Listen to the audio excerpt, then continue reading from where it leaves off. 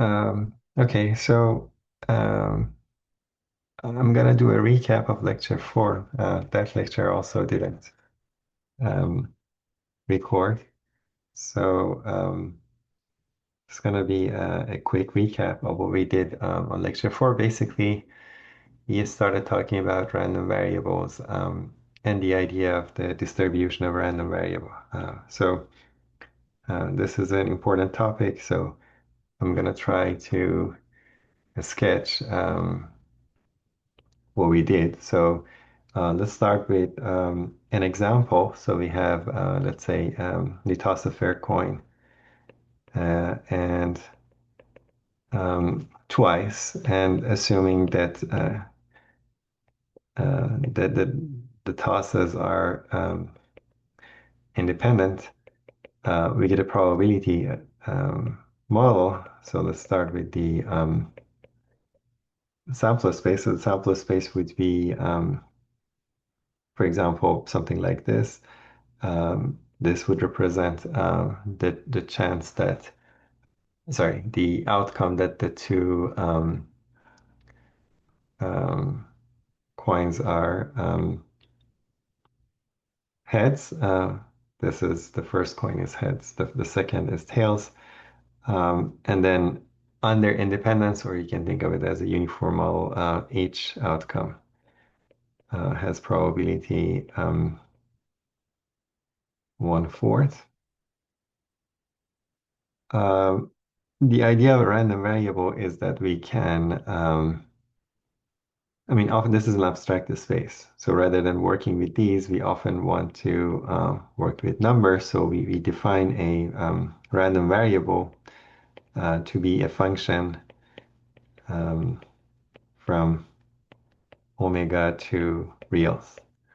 Okay, so this is sometimes written as like x is a function from omega to r, and it really takes these elements, something in omega basically, and maps it to x omega, which is in real. So it's really a deterministic function. The only randomness is actually the outcome that we don't observe. And so if I represent this sample space like this, um, I get I can define a random variable as a mapping from this space to this space. Let's look at a particular example. Let's say x is the number of heads. Okay, and so if you look at it, let's say this is 0. Um, rather, this is 0, this is 1, this is 2. So this element would map to 2, and these two elements would map to 1, right? Both have a single heads, and this would map to 0. Okay, so that's a random variable. Um, the critical thing about a random variable is its distribution. Okay, distribution.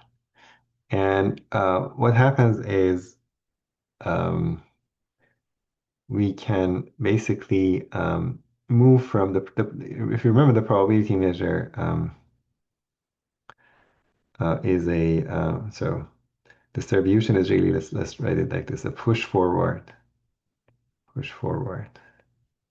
distribution of x is a push forward of the probability measure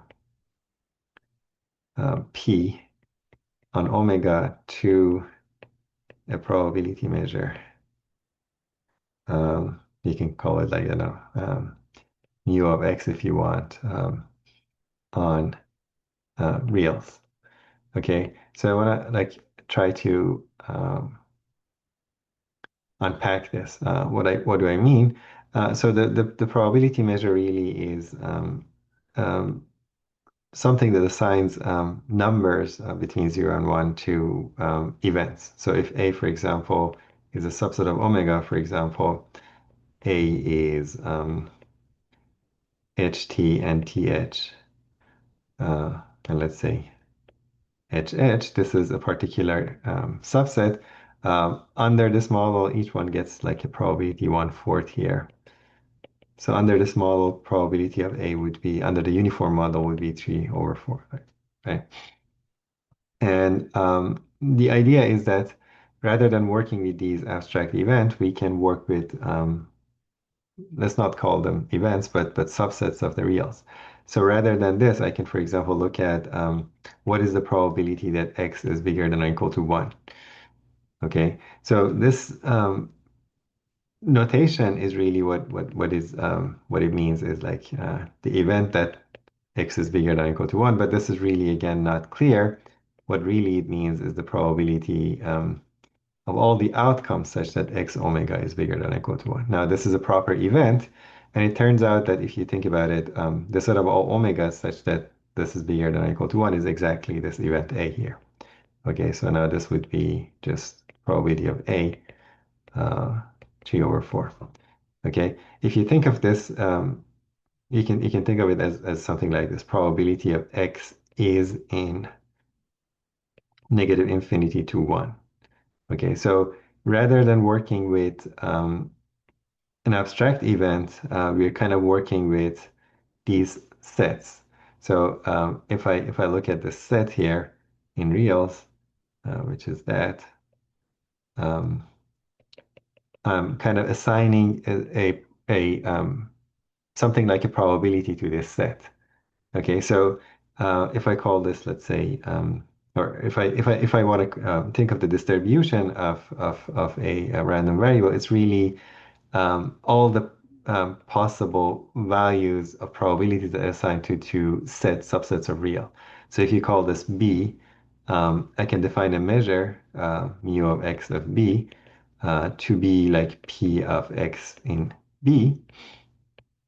Okay, and this measure, turns out to be a measure. Turns out to be a probability measure, all satisfies all the properties, and now it works on subsets of the reals rather than on subsets of omega. So I can assign, for example, mu x of -1 and 1, sorry, minus infinity and 1 would be 3 over 4. Mu x of, I don't know, I can assign probabilities to this, 1 union, I don't know, negative infinity and 0. So this is really just mu of just the probability that x is equal to 1 or x is less than 0. But x can't be less than 0. This is really the probability x is equal to 1, which is the probability. If you think of it properly, it's just really omega such that x omega is 1. And this is really, there's just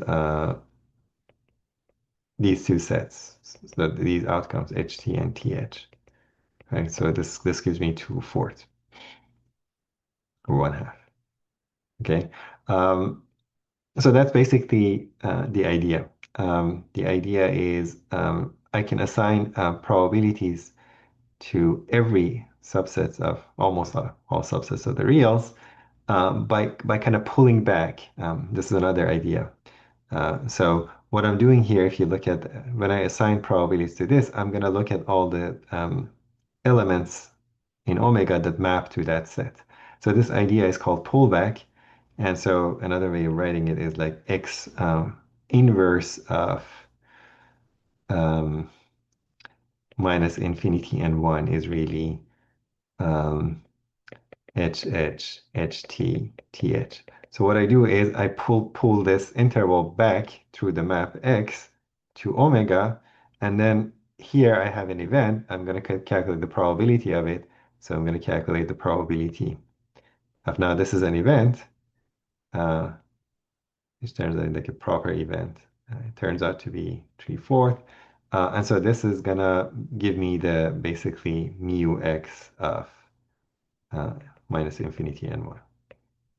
Okay, so if you understand this, really, I can rewrite this as I can say mu x b is really this is the mnemonic, but really what it is p of x inverse b. This is like the pullback. It's really a set. It's not the usual inverse function. So pullback of b through X. Okay, but the conceptual idea is very simple. So anyways, so this map, the maps B, so in the original lecture that I talked about, I didn't introduce this notation. So you can just look at the this map and call this. This is the distribution, okay? Or you can, in this notation that I have, this guy as a function of B or as a function of its argument. So this is the distribution of a random variable.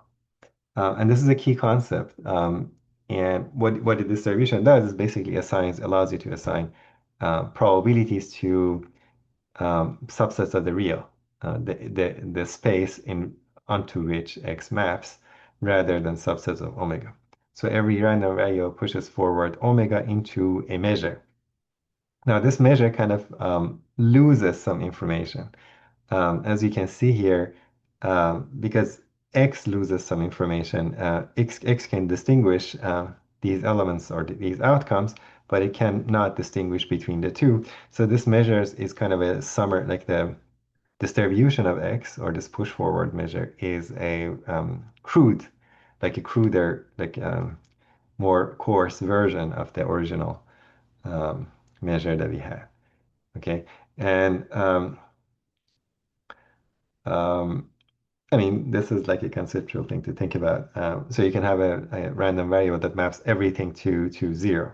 Okay, then um, really you can't distinguish any element, but it will have a like a valid distribution, and it's not a very useful random variable. So how useful it is, I mean, how much information it keeps, that depends on the map. Um, Okay. There are two things that I wanted to discuss at this point, and I believe I tried to discuss it.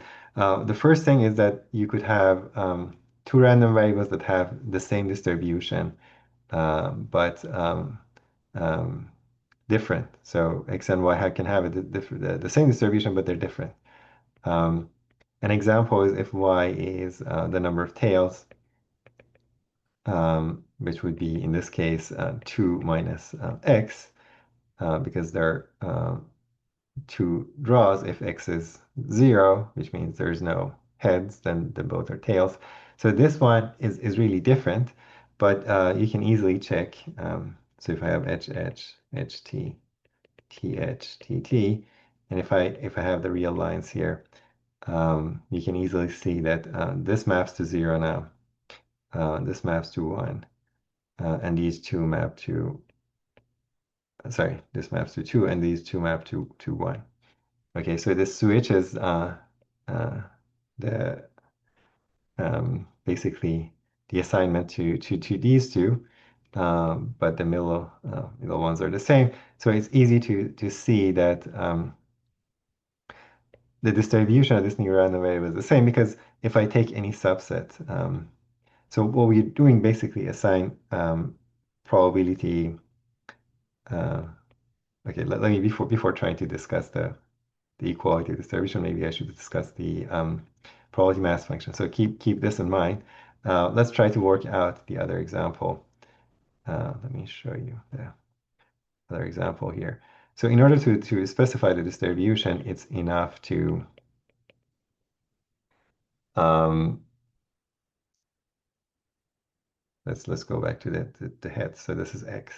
So this goes to 2. This goes to 0. These go to 1. So this is going to be my x random variable, and this was my y. In order to understand they have the same distribution, it's easy to first figure out what do we need to be able to calculate this distribution. So distribution of x tells me how to assign probabilities basically to subsets of the reals. So for every b subset of the real, I should be able to calculate this, the probability that x belongs to b. In order to do that, it's enough to just calculate the probability of these singletons. Okay, because all the mass essentially moves to these points. So if I manage to calculate the probability of x being equal to 0, and the probability of x being equal to 1, and the probability of x being equal to 2, that's going to be enough. So the probability that x is equal to 0 is the probability of the event this is really the event TT. So that would be 1/4. This is the event HTTH. And you can see if you pull back this, if you look at the singleton set, you pull it back, you get this. So that's the pullback through X would give you those. And so this gives you 2/4 or 1/2. And this one easily get 1/4. So what I'm going to do is I'm going to show it like this. So you get 1/4 here. This is like you view it like this. This is the y-axis.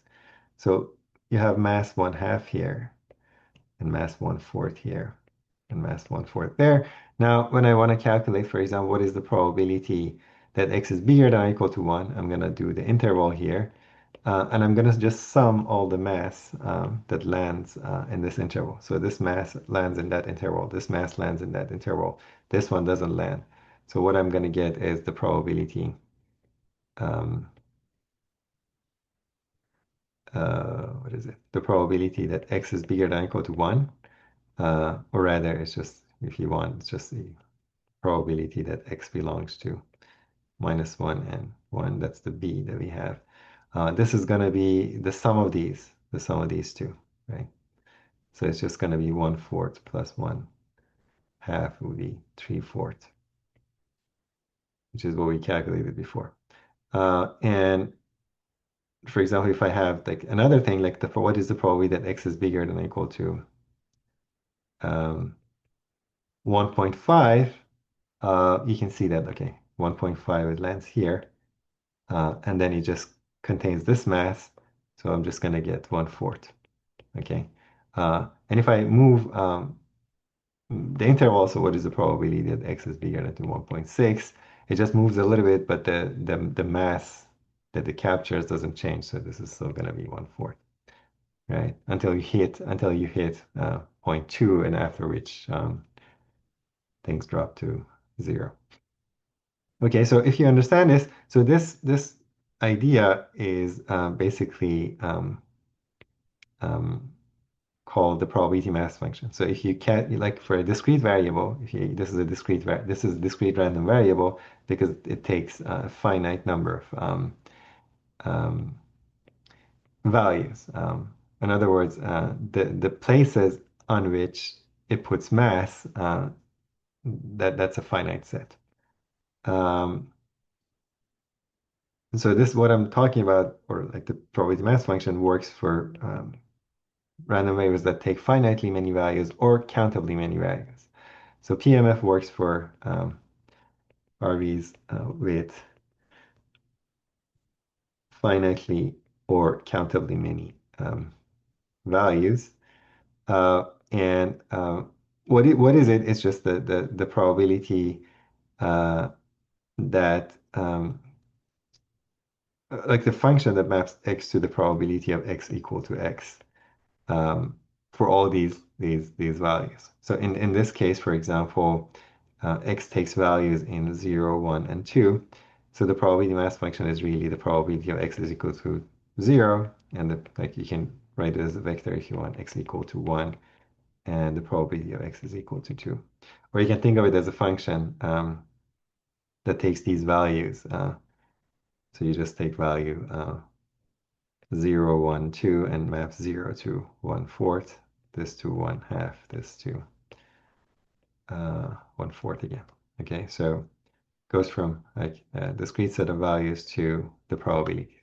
Okay, so that's the probability mass function, and the probability mass function is enough in this case to specify the distribution. Given the probability mass function, I can calculate the probability x belongs to any subset, and you can see here the distribution of this is the same, the distribution y is the same as x because the probability mass function is the same. So the mass that moves to 0 in this case would be 1/4 because this is 1/4. So the mass comes from a different outcome here. So the outcome is HH. This time the outcome was TT, but they have the same mass. So if they had different masses, then the distribution would be different. But they have the same mass, so 1/4. This is still 1/4. Like the mass is 1/4.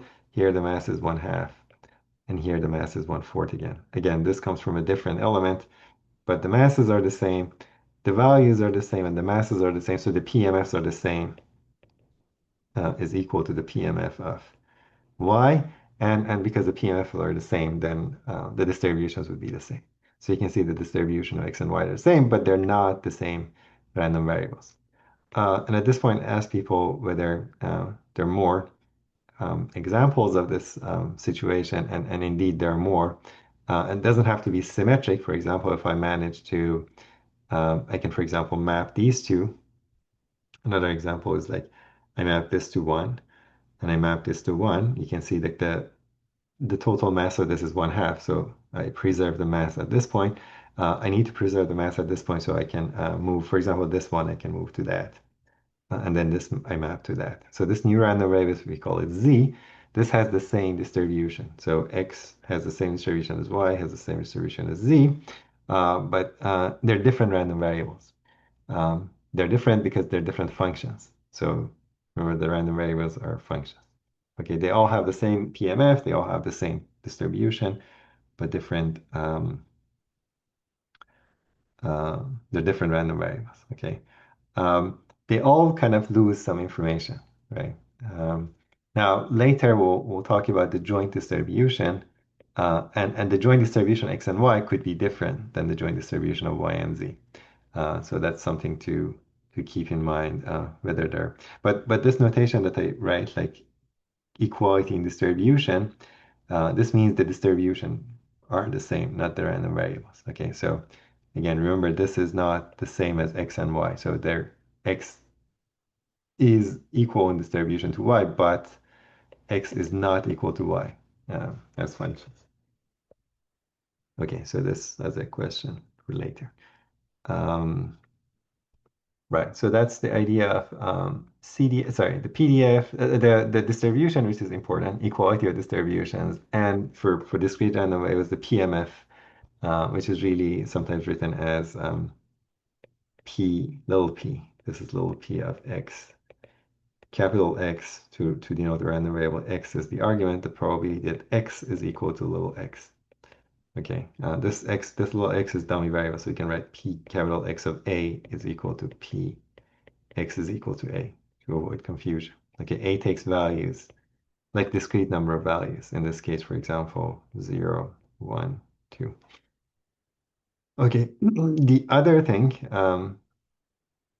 or the other idea is the idea of a CDF. So rather than PMF, I can like encode the same information using a cumulative distribution function.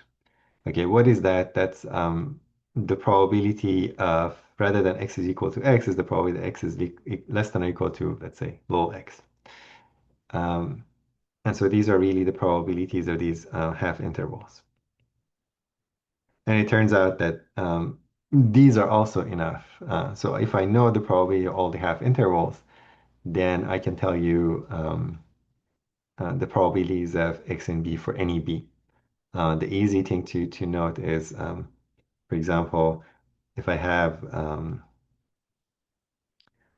so in this very simple case, you can see it because, for example, if I have, it's enough, for example, to have the probability of this interval and this interval and this interval. Okay, so if I have the probability of three intervals that each one progressively has. So if I have the probability of this interval, for example, let's do it maybe down here. Um, in that particular case, let's just um, basically rotate this axis. So if I do distribution, you can see I have like a 1/2 here, 1/4 here, and then 1/4 here. So it's easy to see. Let's say if I have um, the maybe the other way around, the probability of, let's say, this interval and then this interval and then this interval, that's enough because the probability this interval contains just this point mass.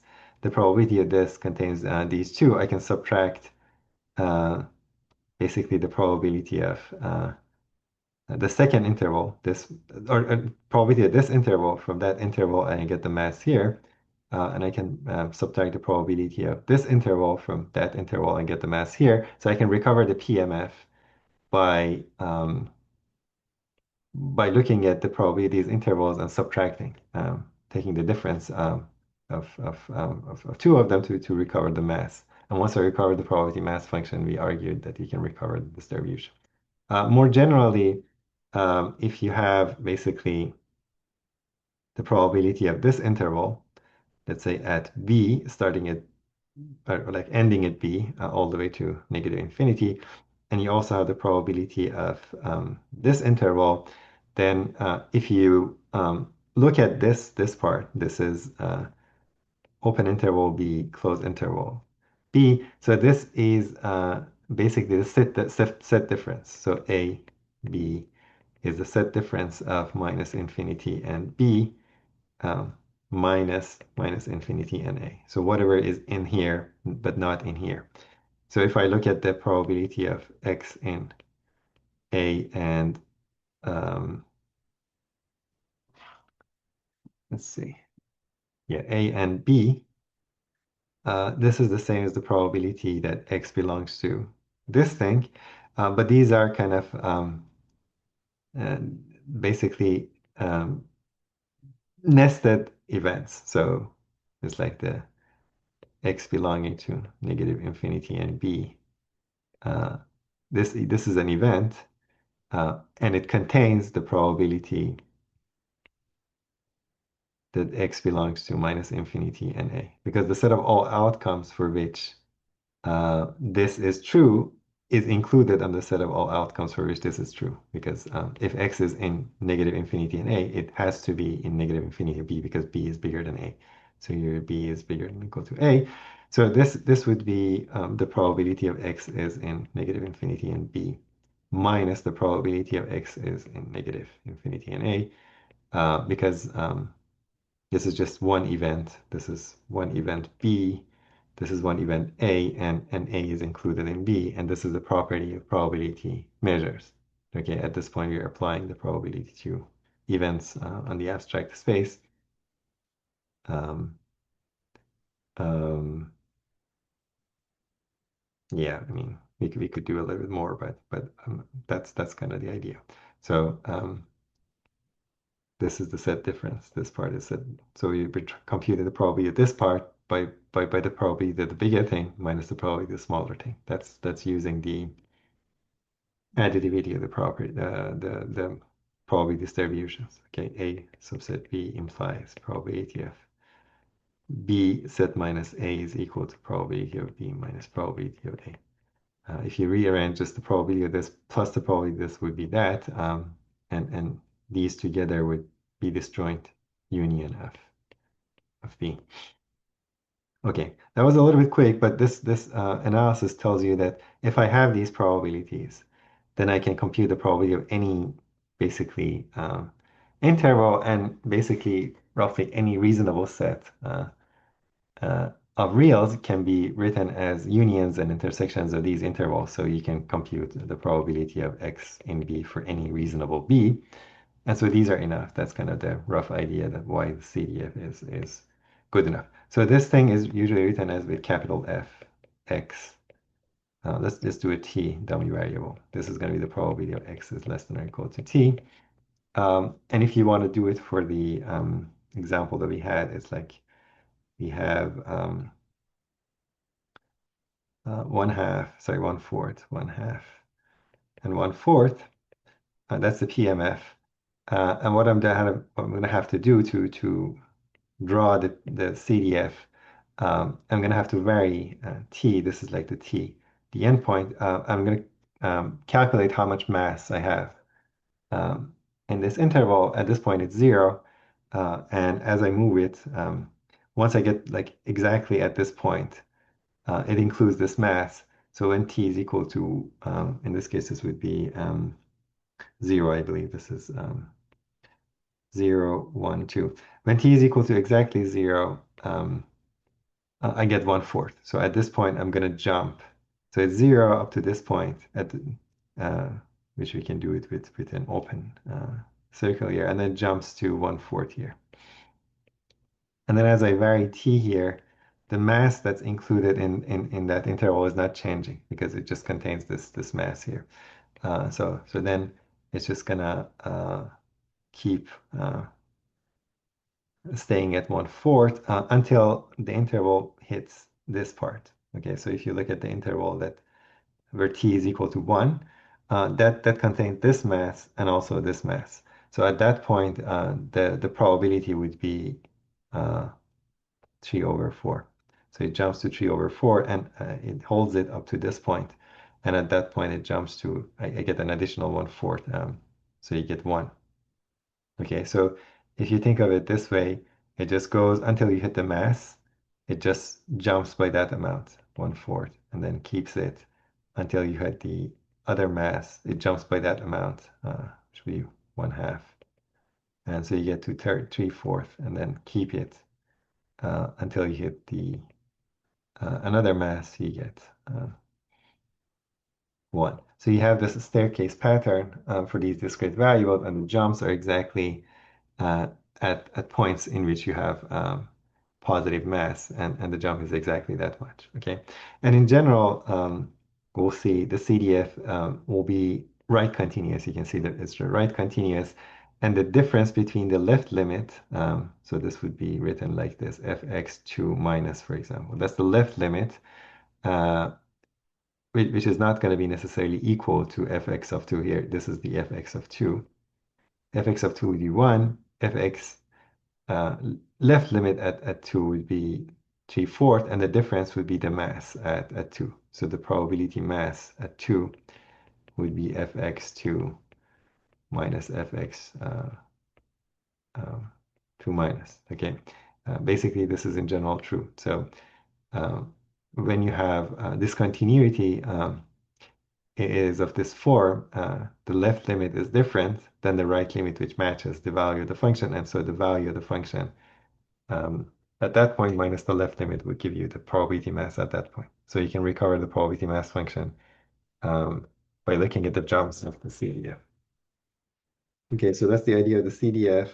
It's always right continuous. It's always non-decreasing. So it either stays the same or jumps or like moves up basically, up or stay the same. Starts from 0, we'll see in the continuous case. In the limit, it would be 0 at negative infinity, and as you go to infinity, it approaches 1. For discrete variables, it just saturates at 1 and 0 after a while. Um, but the idea is that the CDF works more generally. Um, as we'll see, for any random variable, you can have a CDF once we discuss continuous random variables, whereas for continuous random variables, the PMF does not make much sense, as we'll see. Okay, so that's the idea of a random variable. The distribution of the random variable, which is in technical terms, is a push forward of the original measure. So the distribution is what we care about, but we can characterize it for discrete variables by the PMF. It's much, much easier.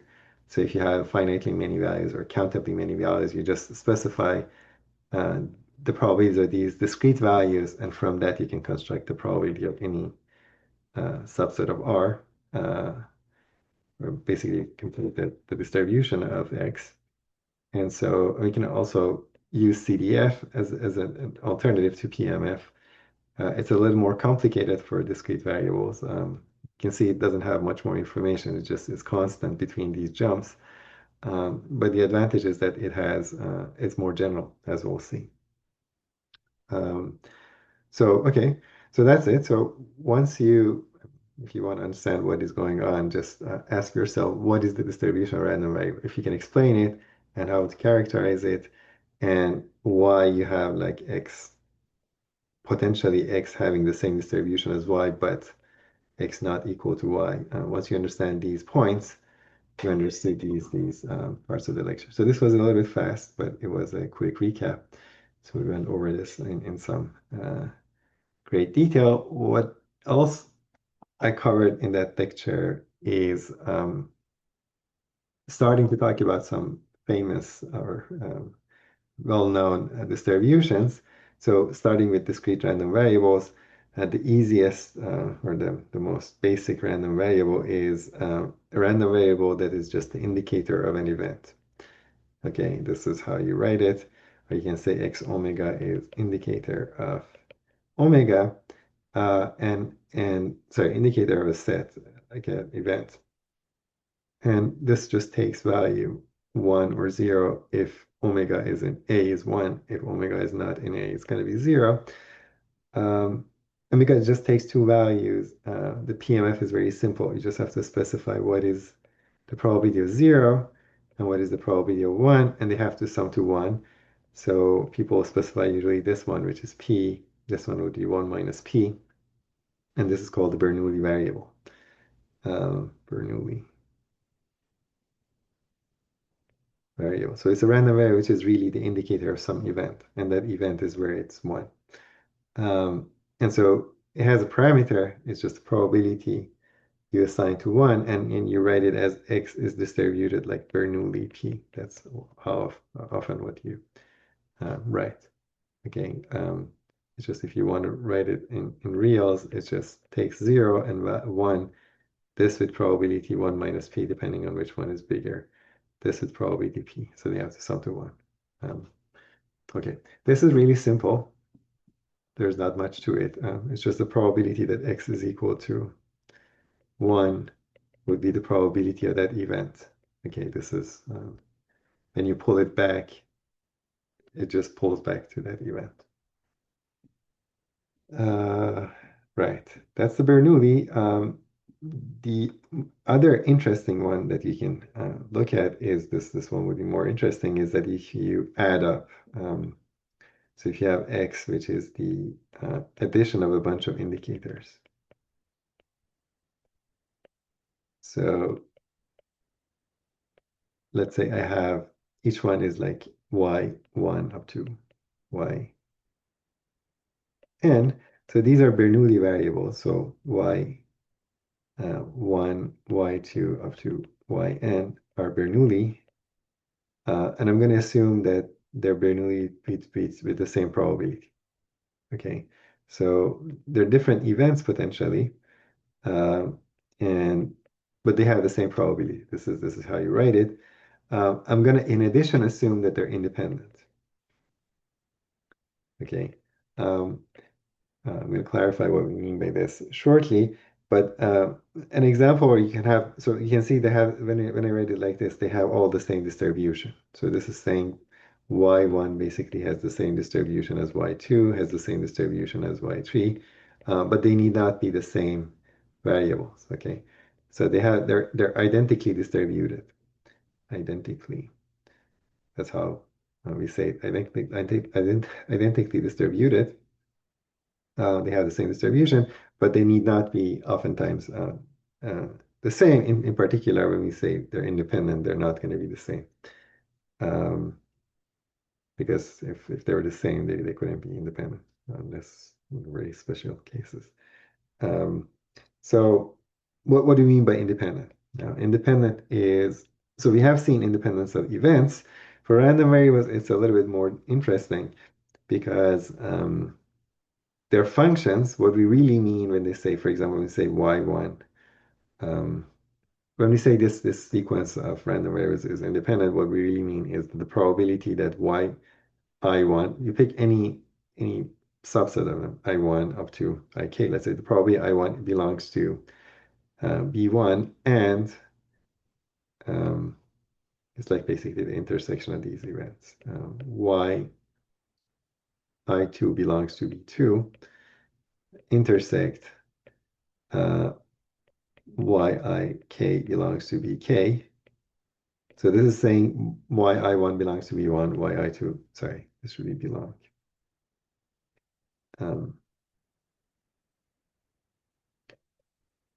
Belong to bk. This factorizes, so you get the probability of yi in b1 times the probability of yi2 in b2 times the probability all the way to yik in bk. If this is hard to read, I mean, for two variables, the case for n equals to 2, it's just the probability that y1 is in b1 and y2 in b2. This factorizes as probability of y1 in b1 times the probability of y2 in b2. Okay, and this holds for any B1 and B2. In this case, it holds for any B1, B2, BK, and any choice of these indices.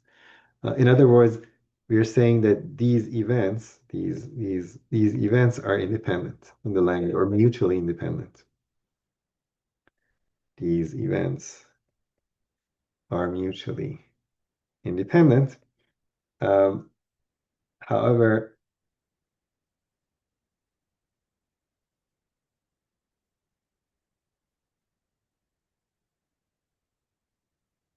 yeah, sorry, these events are mutually independent. Um, Yeah, however, the B1s and B2s and BK could vary. They're not fixed events like for any choices of these events. So it's much more stronger than just saying two, like a sequence of events are independent. So random variables are independent for any choice of B1 and B2. This has to hold. Um, and so when I say something like this, it turns out that when I say something like this, that is enough to determine the distribution of x. If I just tell you that y1, y2, and yn, they have Bernoulli distribution, but I don't include this one, it's in general not possible to figure out the distribution of this. Once I say they're independent, that's going to be enough. So this specifies uniquely the distribution of this, and the distribution of x in that case would be binomial. So in this case, we'll also write it like independent, identically distributed IID. So we say y1 up to yn IID Bernoulli P. Then x will have a binomial distribution in NP. It has two parameters, the p and then the n is the number of these. And it has a PMF, and the PMF turns out to be, if I do, let's say k, a value of k, it's going to be n choose k times p to the k, 1 minus p to the n minus k. Uh, K here takes values 0, 1 up to n. So each one can take values 0 to 0 or 1, and you can see that it's either 0 or 1 or 2, or at most can be n. Again, this gives you the probability of each case. Okay, so this random variable takes these values, so this is the PMF of binomial. So why this is the PMF? Um, um, it's rather kind of straightforward. You have to, what is this? This is the probability that x is equal to k. So when is x is equal to k? When exactly k of y1 up to yn are equal to uh, 1, right? So I have, let's say, n, the state of this vector can be represented by a binary vector of, let's say we have n is 5. Okay. Let's say n is 5. I have a vector 1, 0, 0. Sorry. So I have n positions, 5 positions, and let's say k is 3. So this can be, x can be 3 because x is the sum of these. So this is the sum of I from 1 to 5. It can be 3 if and only if they're exactly uh, 3 positions. So this is the y1, this is the y2, this is the y3, this is the y4, y5. Exactly 3 of them are 1. So for example, this is a valid case, whereas if I have like more ones here, this is not going to sum to 1. So sum to 3. Okay, so this is one case. Another case would be like 1, 1, 1, 0, 0. Another case would be 1, 0, 0, 1, 1, and so on. So you just have all these cases. It turns out that each one of them has the probability, the same probability. Uh, if, for example, this pattern happens, the probability of y1 being equal to 1 and y2 being equal to 0, that is the case, that y2 is equal to 0, y3 is equal to 1, and y4 is equal to, sorry, y1 is 1, y2 is 0, y3 is 0, y4 is 1, and y5 is 1 as well. Okay, by independence, this factorizes into the probability that y1 is equal to 1, y2 is equal to 0, y3 is equal to 0, y4 is equal to 1, and then y5 is equal to 1 as well. So this is, because it's a Bernoulli variable, this is going to be p, Bernoulli P. This is going to be 1 minus P. This is going to be 1 minus P. This is going to be P. This is going to be P. So it ends up, you can see you get like exactly 3P. So P to the 3, that's exactly the number of ones. And then 1 minus P to the 2, that's exactly the number of zeros, which would be basically N. This would be 2 is here is N minus 3, right? N is 5. Okay, so each one of these cases would have the same probability because it just matters how many ones and zeros you have once you do this. And this is by independence. You can see the advantage of independence allows me to calculate that this is kind of a joint probability. What happens jointly to the sequence? I couldn't have done it if I didn't know that they're independent. Okay, I know individually what these are, but I couldn't figure this out without independence. That's why you need kind of something to determine the joint behavior. And so what it remains is that basically so you're going to add up the probability of all these cases. So that the probability that this happens is the probability of all these cases. Each one has the same probability. You just have to count how many they are. Okay, how many they are, they're exactly going to be 5, choose 3. Because I'm placing 3 ones and the rest are going to be filled with zeros. I just have to specify the location of the ones. And this is exactly picking up basically 3 elements out of a subset of size 5. So the subset of size 5 is the locations, the potential locations of ones. And I'm going to pick a subset of size 3. For example, the first one would be 1, 2, 3. Sorry, the second one, that's the second one. This one would be 1, 3, and 5. So if I pick the subset out of this, that would be the pattern. If I pick this subset, that would be the pattern. So the number of subsets is a one-to-one correspondence with the number of these binary sequences of length 5 with 3 ones in them. And so exactly this many are the number of subsets, and exactly this many are the number of those sequences. And so you have this many, and each one has this probability. So that's what you get as the probability that x is equal to 3. And there's nothing special about the tree. The tree is really k.